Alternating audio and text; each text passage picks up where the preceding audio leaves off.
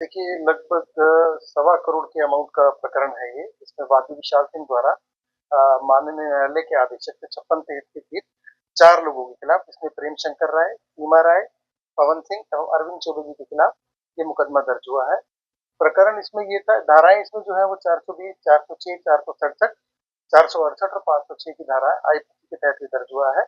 और वादी का ये कहना है कि वादी के द्वारा जो एक होटल व्यवसायी है, जिन्हें यह बताया गया कि वो जो है फ़िल्म निर्माण के नाम पे उनपे पैसा इन्वेस्ट कराया गया और उनको अधिक मुनाफ़ा मिलेगा। तो मोटा-मोटा प्रकरण ये था। सर, ये जो धाराएँ हैं, क्या ये संज्ञेय प्राप्त करेंगे? जी। तो संज्ञेय प्राप्त करेंगे हाँ जी, जैसे 467 है, 68 है, ये अच्छा, सर क्या इस पूरे मामले में किस थाने में मुकदमा दर्ज हुआ और क्या इस मामले में ये थाना कैंट में ये मुकदमा दर्ज हुआ है और विवेचना इसका है।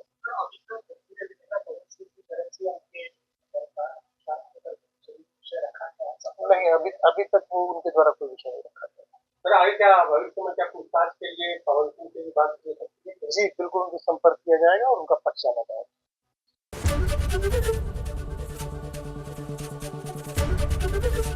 एबीपी गंगा, खबर आपकी, जुबान आपकी।